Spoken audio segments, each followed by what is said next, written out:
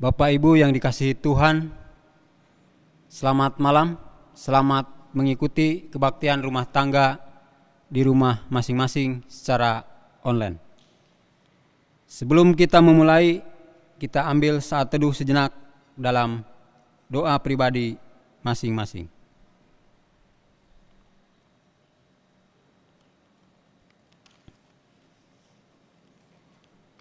Ya Allah, inilah kami dengan segala keberadaan kami. Tuntunlah kami semua oleh Roh Kudus-Mu, sehingga hati dan pikiran bahkan seluruh kehidupan kami tertuju hanya kepada Allah. Amin.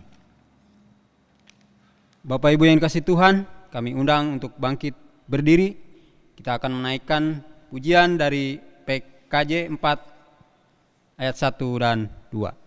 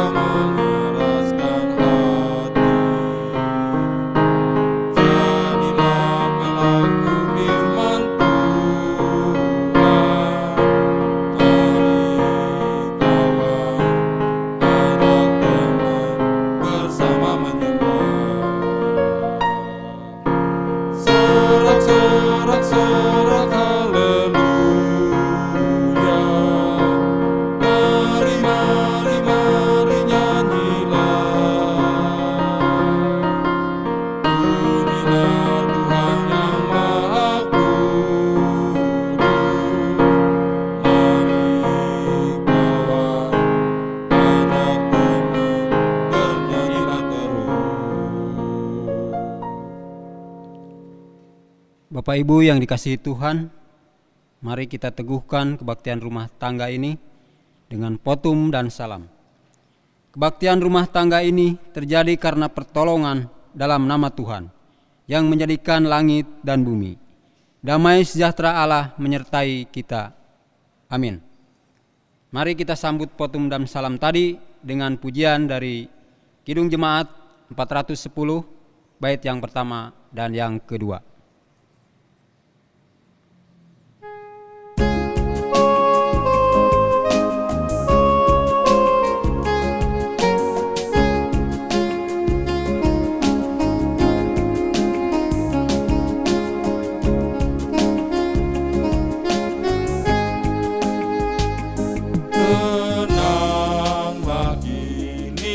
Hatiku, Tuhan memilih.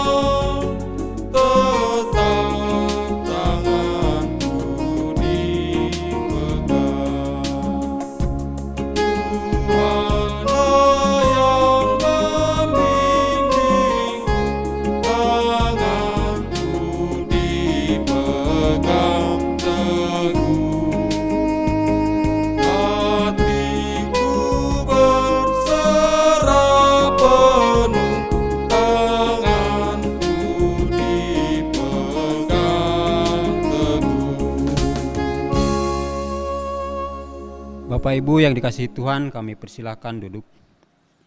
Mari kita mengungkap syukur kita dengan doa syukur terhadap Tuhan.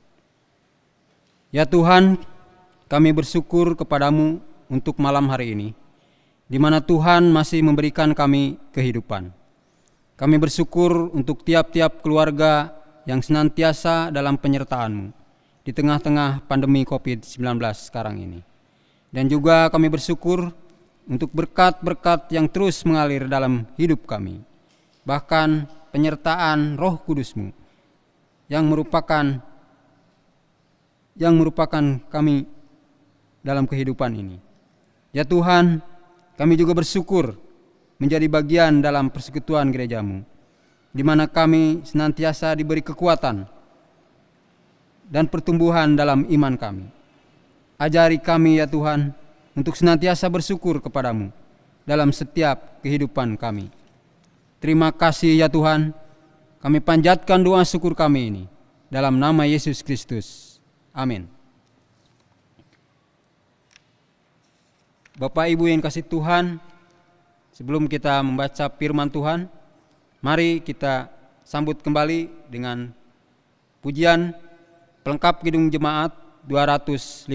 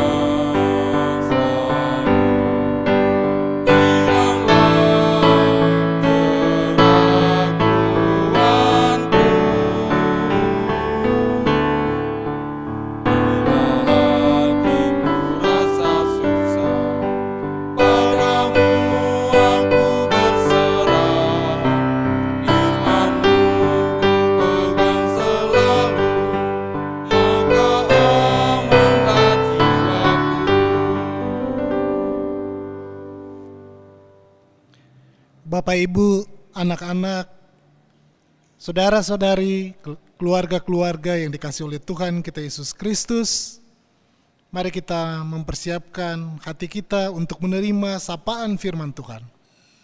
Sebelum kita membaca dan merenungkan firman, mari terlebih dahulu kita berdoa. Dengan kerendahan hati kami mau datang menghadap hadirat-Mu yang kudus. Ya Allah Bapa yang kami kenal di dalam nama anak-Mu Yesus Kristus, Allah yang bertakhta dalam kerajaan sorga, tapi yang sekaligus juga dekat dengan kami. Memanggil kami sebagai anak, bahkan menyapa kami sebagai sahabat. Kami kembali akan mendengar sapaan melalui firman-Mu. Biarlah Roh Kudus yang menolong kami, sehingga firman-Mu ini terus-menerus memperbarui kehidupan kami. Dan kami juga diberi kekuatan untuk melakukan dengan setia di tengah-tengah kehidupan kami. Hamba-Mu yang dalam kelemahan keterbatasan, tolong dan perlengkapi dengan Roh Kudus, agar supaya firman Tuhan yang disampaikan saat ini boleh sesuai dengan kehendak Tuhan. Berfirmanlah kepada kami, karena kami sudah siap untuk mendengarkan. Amin. Bagian Alkitab yang menjadi pembacaan kita dari Perjanjian Baru, kitab Filipi 3, ayat 4b sampai 14. Merupakan bagian dari perikop yang berjudul kebenaran yang sejati. Jika ada orang lain menyangka dapat menaruh percaya pada hal-hal lahiria, aku lebih lagi. Disunat pada hari ke-8 dari bangsa Israel, dari suku Benyamin, orang Ibrani asli. Tentang pendirian terhadap hukum Taurat, aku orang Farisi. Tentang kegiatan, aku penganiaya jemaat. Tentang kebenaran dalam mentaati hukum Taurat, aku tidak bercacat. Tetapi apa yang dahulu merupakan keuntungan bagiku, sekarang kuanggap rugi karena Kristus. Malahan segala sesuatu kuanggap rugi karena pengenalan akan Kristus Yesus Tuhanku lebih mulia daripada semuanya. Oleh karena Dialah aku telah melepaskan semuanya itu dan menganggapnya sampah, supaya aku memperoleh Kristus dan berada dalam Dia, bukan dengan kebenaranku sendiri karena mentaati hukum Taurat, melainkan dengan kebenaran karena kepercayaan kepada Kristus, yaitu kebenaran yang Allah anugerahkan berdasarkan kepercayaan. Yang ku kehendaki ialah mengenal Dia dan kuasa kebangkitannya dan persekutuan dalam penderitaannya, di mana aku menjadi serupa dengan Dia dalam kematiannya, supaya aku akhirnya beroleh kebangkitan dari antara orang mati. Bukan seolah-olah aku telah memperoleh hal ini atau telah sempurna, melainkan aku mengejarnya. Kalau aku dapat juga menangkapnya, karena aku pun telah ditangkap oleh Kristus Yesus. Saudara-saudara, aku sendiri tidak menganggap bahwa aku telah menangkapnya, tetapi ini yang kulakukan. Aku melupakan apa yang telah di belakangku dan mengarahkan diri kepada apa yang di hadapanku, dan berlari-lari kepada tujuan untuk memperoleh hadiah, yaitu panggilan sorgawi dari Allah dalam Kristus Yesus. Demikianlah firman Tuhan. Berbahagialah kita yang membaca, merenungkan, serta memelihara firman Tuhan dalam kehidupan kita setiap hari. Haleluya. Haleluya, haleluya, haleluya.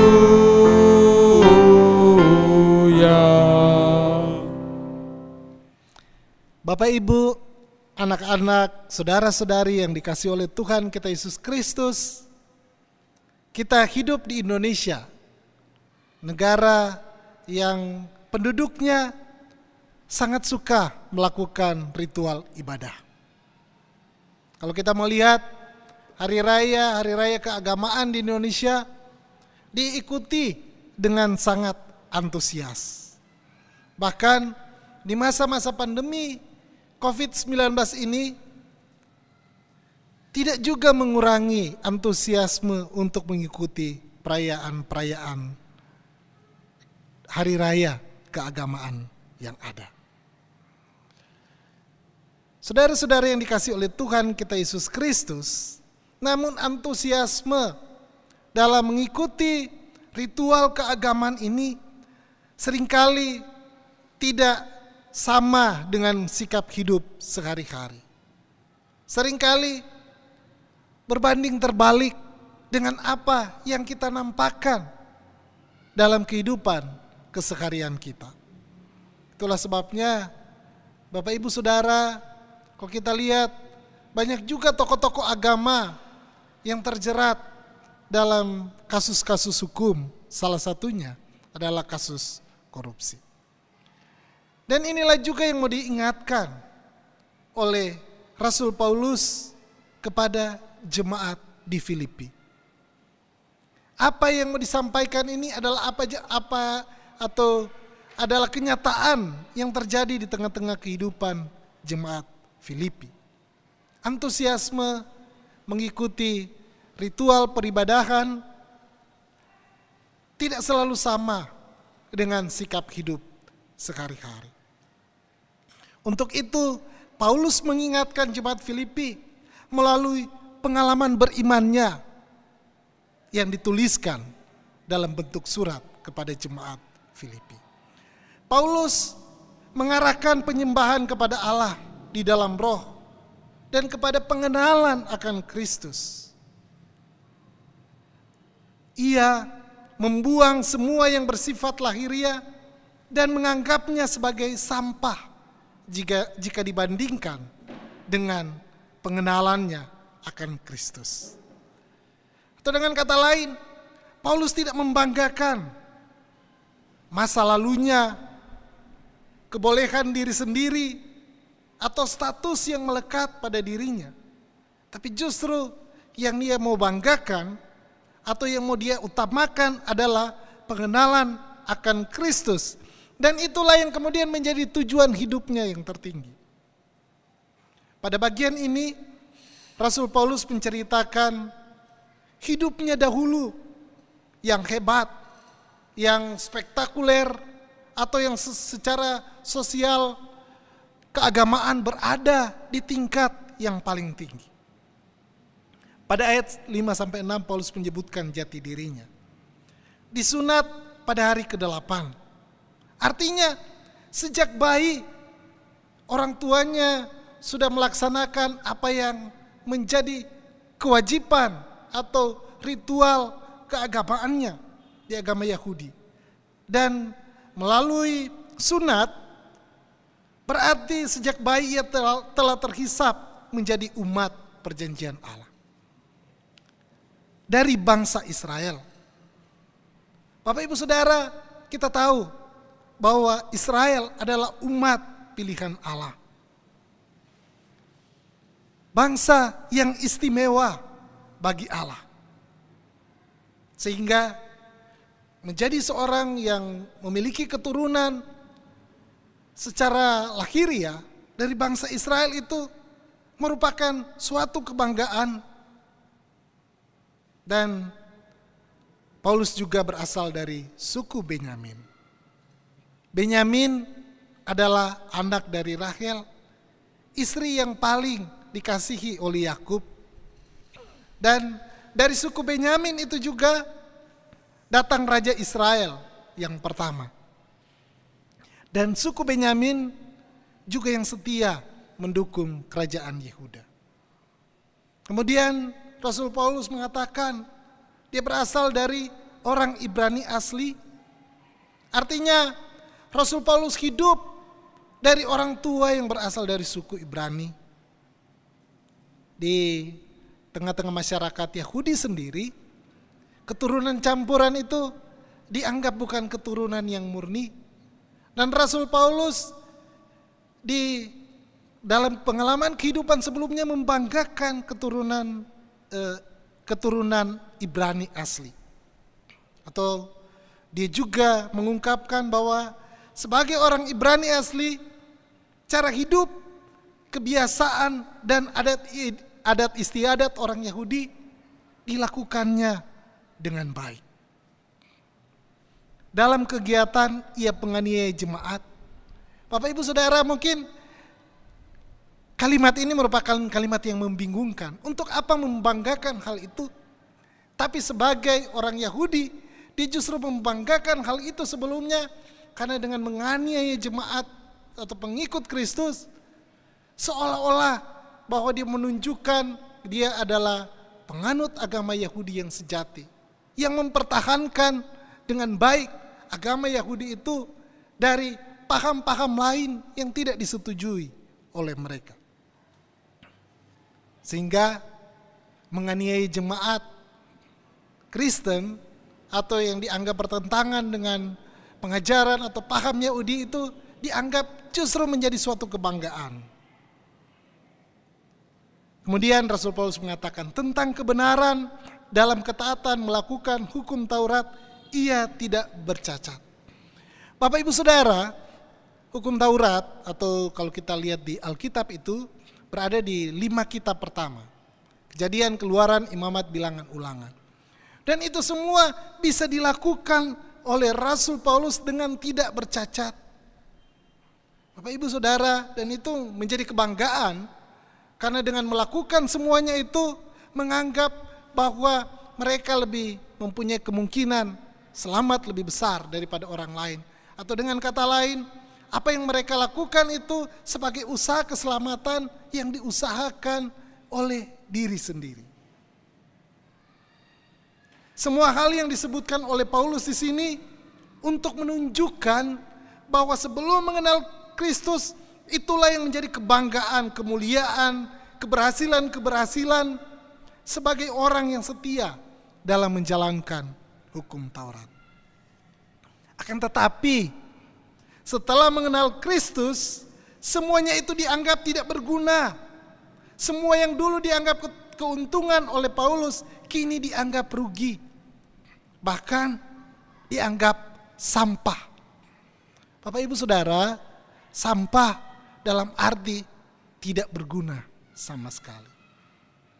Semua ini karena Paulus mengenal yang paling mulia, paling berharga yang tidak bisa dibandingkan dengan apapun, yaitu pengenalan akan Kristus. Pengenalan akan Kristus bagi Paulus lebih mulia daripada semua kebanggaannya di masa lalu. Dan dari sanalah Paulus dapat mendalami bagaimana menjadi pengikut Kristus, bahkan utusan Kristus yang setia sampai akhir. Setia di tengah-tengah berbagai kesulitan, penderitaan, bahkan maut sekalipun. Keluarga-keluarga yang dikasihi oleh Tuhan kita Yesus Kristus. Apa yang kemudian Rasul Paulus lihat bahwa pengenalan akan Kristus, Kristus memberikan dia kasih karunia untuk mendapatkan keselamatan. Itulah yang kemudian menjadi tujuan hidupnya. Itulah yang kemudian dikejar oleh Rasul Paulus. Yang lain menjadi tidak berarti lagi. Kristuslah yang menjadi pegangan yang kuat bagi Rasul Paulus untuk mengarahkan kehidupannya. Sebagai orang percaya, kita juga harus menjadikan Kristus sebagai yang utama bagi kita. Kristuslah yang harus kita kejar dalam kehidupan kita. Dan dengan mengikuti Kristus, maka kita akan sanggup menjadikan setiap pikiran, perkataan, termasuk juga dalam ritual-ritual peribadahan yang kita lakukan, bukan hanya secara lahiriah, tapi kita lakukan dengan dasar yang benar, yaitu kasih. Kasih kepada Allah dan kasih kepada manusia. Dan dengan dasar yang benar ini, kita akan mampu menghidupi kehidupan spiritual kita dengan baik. Kita akan sukacita datang melaksanakan segala ritual peribadatan kita bukan karena beban agar supaya diri saya dianggap orang lain baik, tapi karena itulah yang terbaik yang saya lakukan sebagai wujud kasih kita atau kasih saya kepada Kristus. Bapak Ibu Saudara yang saya kasihi dalam Tuhan kita Yesus Kristus. Dengan landasan kasih dari Kristus, kita akan melihat bahwa hal-hal yang sebelumnya dianggap penting bagi kehidupan kita, kemudian menjadi tidak terlalu penting lagi. Apalagi hanya masalah status, kedudukan, sesuatu yang sebelumnya menjadi kebanggaan kita. Bapak Ibu Saudara, hari Minggu nanti kita akan menerima undangan dari Tuhan melalui perjamuan kudus, baik perjamuan kudus yang dilakukan secara on-site, artinya datang ke gedung gereja, maupun yang mengikutinya secara online atau live streaming. Biarlah perjamuan kudus yang nanti akan kita ikuti membuat kita juga mempersiapkan diri dengan baik, merenungkan untuk apa kita mengikuti perjamuan kudus. Perjamuan kudus bukan kita ikuti karena memang itu dijadwalkan oleh gereja, atau karena kita malu tidak mengikutinya karena kita sudah sidi. Tapi kita mau mengikuti perjamuan kudus itu sebagai tanda kasih kita kepada Allah, menerima undangannya, dan melalui perjamuan kudus kita kembali mengingat kasih karunia Allah yang dicurahkan bahkan dikorbankan bagi kita. Dan itulah yang menjadi dasar bagi kita untuk menghidupi kasih itu. Kasih Allah itu di tengah-tengah kehidupan kita pribadi, keluarga, bahkan mewujudkan kasih itu kepada sesama kita. Ada dua pertanyaan yang akan kita diskusikan. Yang pertama, bagaimanakah kita dapat sampai pada apa yang disebut tujuan iman? Apa yang harus dilakukan? Dan yang kedua, dalam konteks kehidupan saat ini terutama di Indonesia, bagaimana cara kita menjalankan tugas kesaksian sebagai gereja yang diutus ke tengah dunia ini? Selamat merenungkan dan menseringkan perenungan kita. Tuhan memberkati. Keluarga-keluarga yang dikasihi oleh Tuhan kita Yesus Kristus, sebelum kita masuk dalam perjamuan kudus, Hari Pekabaran Injil Indonesia dan Perjamuan Kudus Sedunia tahun 2020 pada kebaktian Minggu 11 Oktober 2020 pukul 8 dan juga pukul 11. Pukul 11 nanti akan dilaksanakan secara onsite dan juga secara online. Baiklah, kita menyiapkan hati kita. Secara jujur kita melihat dan menguji keberadaan kita agar berkenan di hadapannya. Oleh karenanya, sebagai orang-orang yang percaya kepada Kristus, yang telah menerima anugerah keselamatan melalui kematian dan kebangkitan Kristus, baiklah kita merenungkan beberapa hal berikut ini. Sudahkah kita memohon pengampunannya atas dosa-dosa yang kita lakukan dan bertekad hidup dalam pembaruannya? Sudahkah kita meminta maaf kepada sesama dan memaafkan sesama yang bersalah kepada kita, sebagaimana Tuhan telah mengampuni kita? Sebagai persekutuan orang percaya, sudahkah kita melaksanakan panggilan Tuhan untuk hidup dalam kasih dan setia melakukan kehendak-Nya? Mari kita merenungkan pertanyaan-pertanyaan ini dalam saat teduh.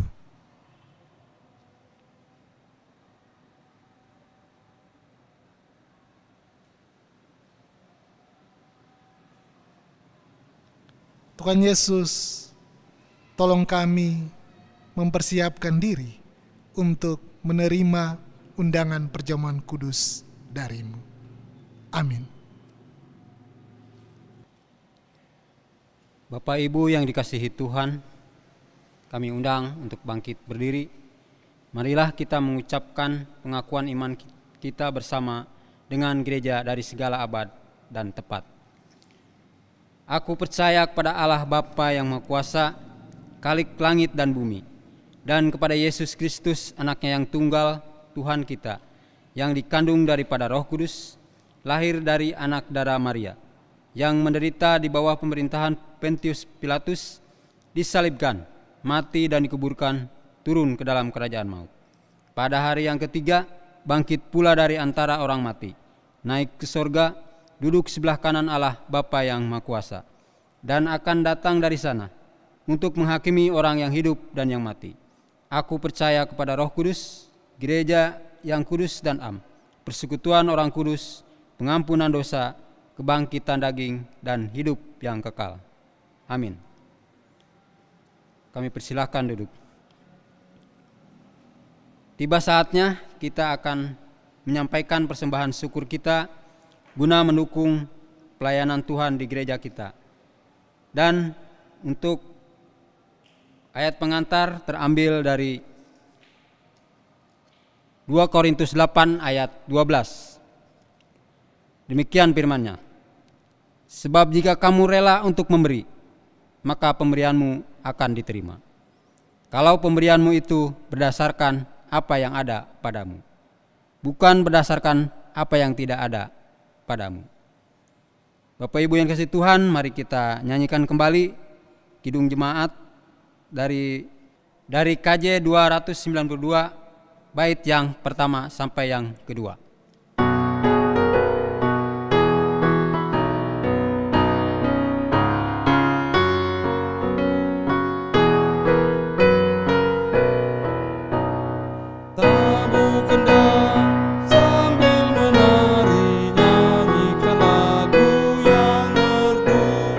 Bunyikanlah, tembus ke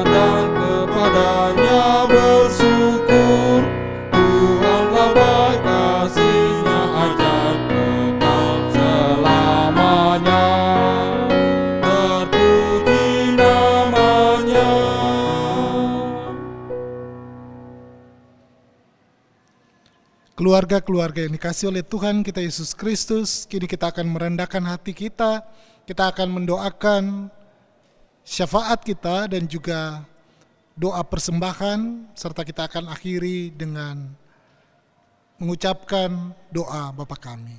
Mari kita berdoa. Tuhan Allah yang penuh kasih, kami mengucap syukur atas kasih karunia-Mu bagi kami.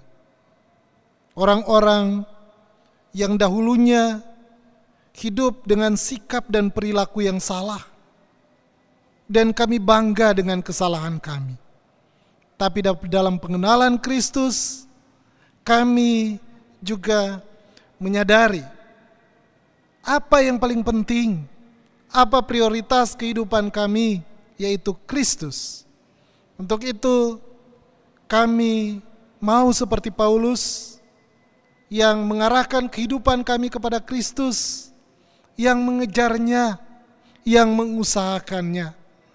Kami juga berdoa kiranya Tuhan yang menolong kami, agar segala sesuatu yang kami lakukan karena kasih kami kepadamu dan kasih kami kepada sesama.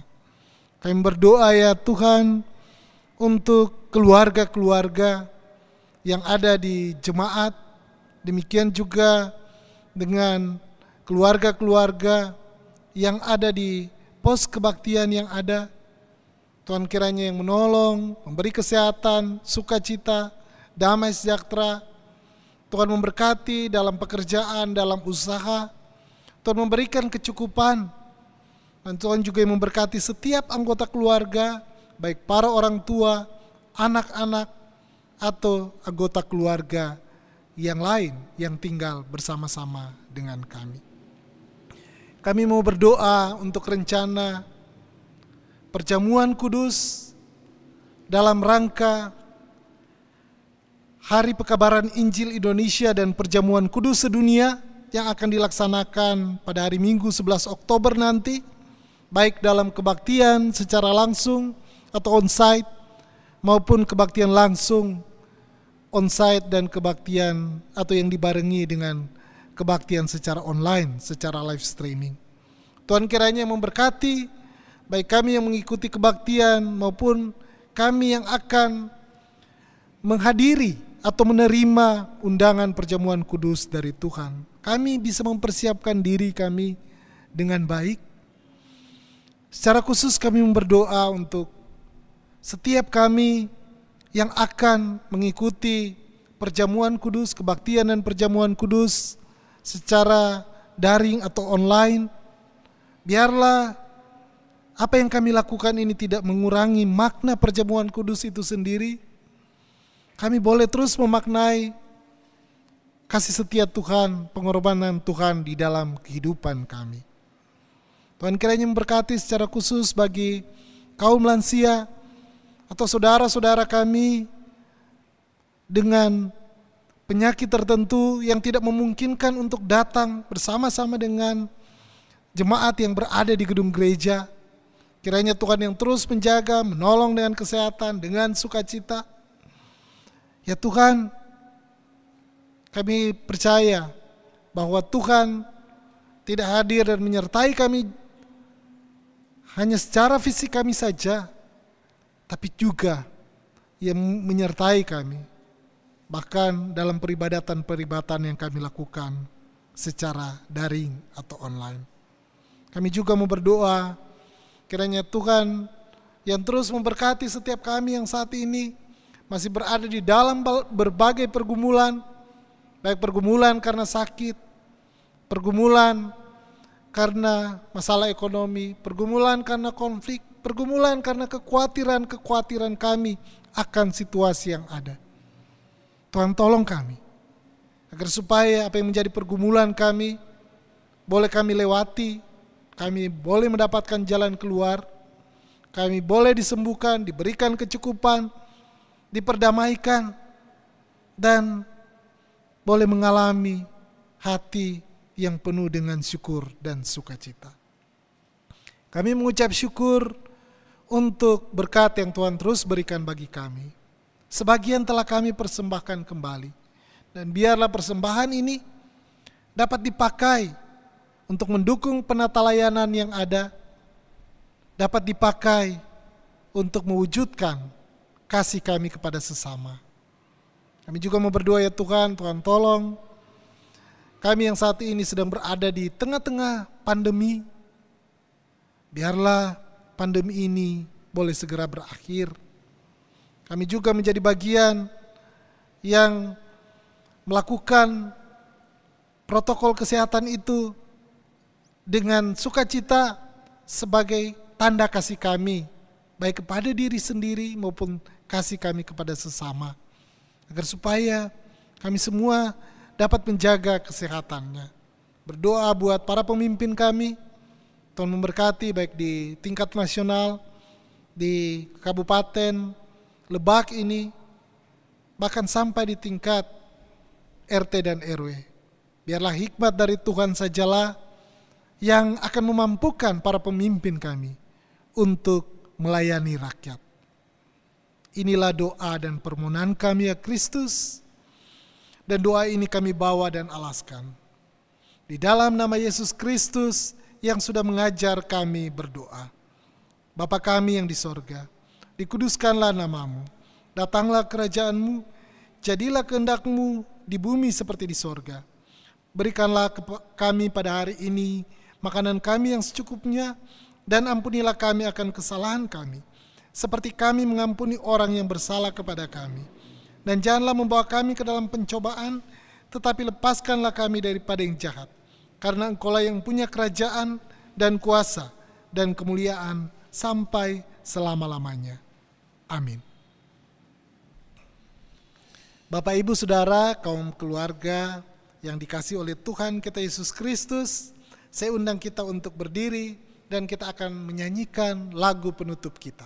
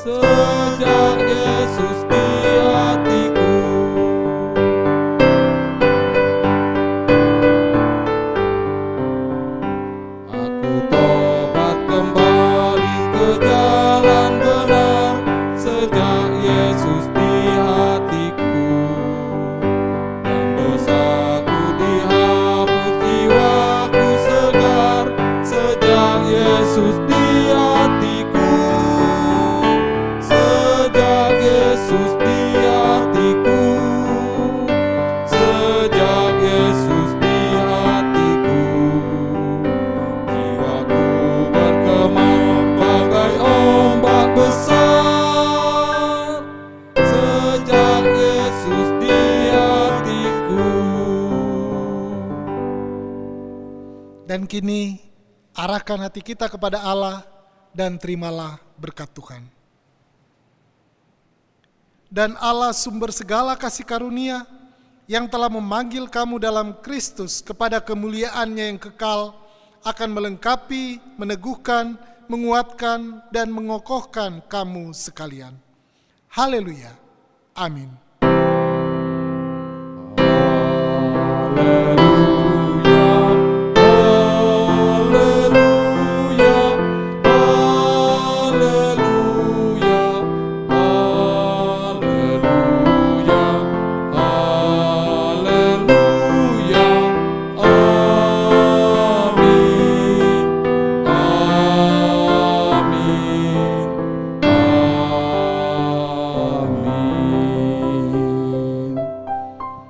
Saat teduh bagi kita.